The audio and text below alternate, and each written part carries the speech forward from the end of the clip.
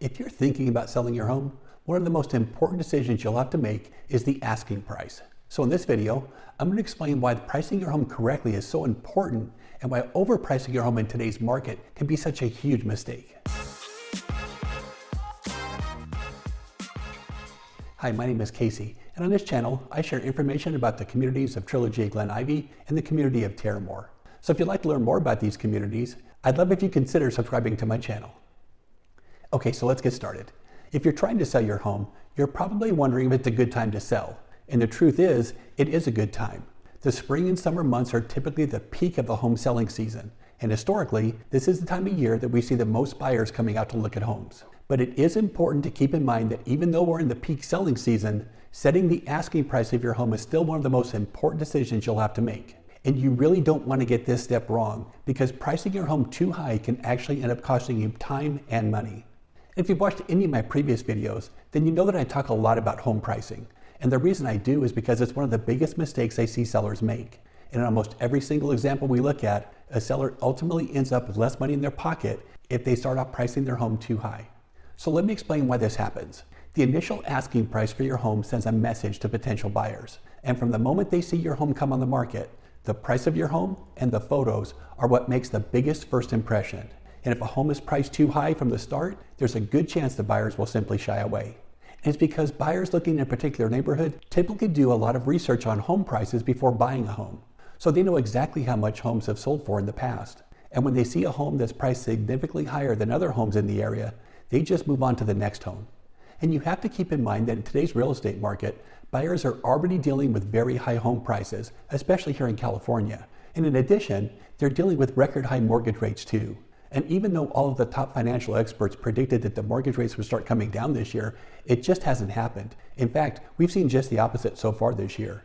We started off 2024 with rates right around 6.5%, but rather than coming down, we're seeing rates today at about 7.4%.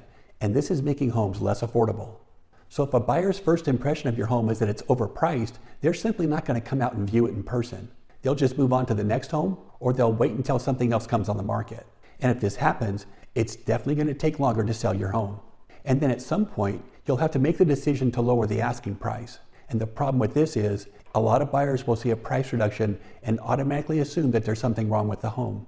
And the longer a home sits on the market, the more people will assume there's a problem. There really is a negative component that kicks into a buyer's mind when a home sits on the market too long. And at a certain point, they won't even ask why it's been on the market for so long. They'll just assume that there's a problem. So let me give you an example.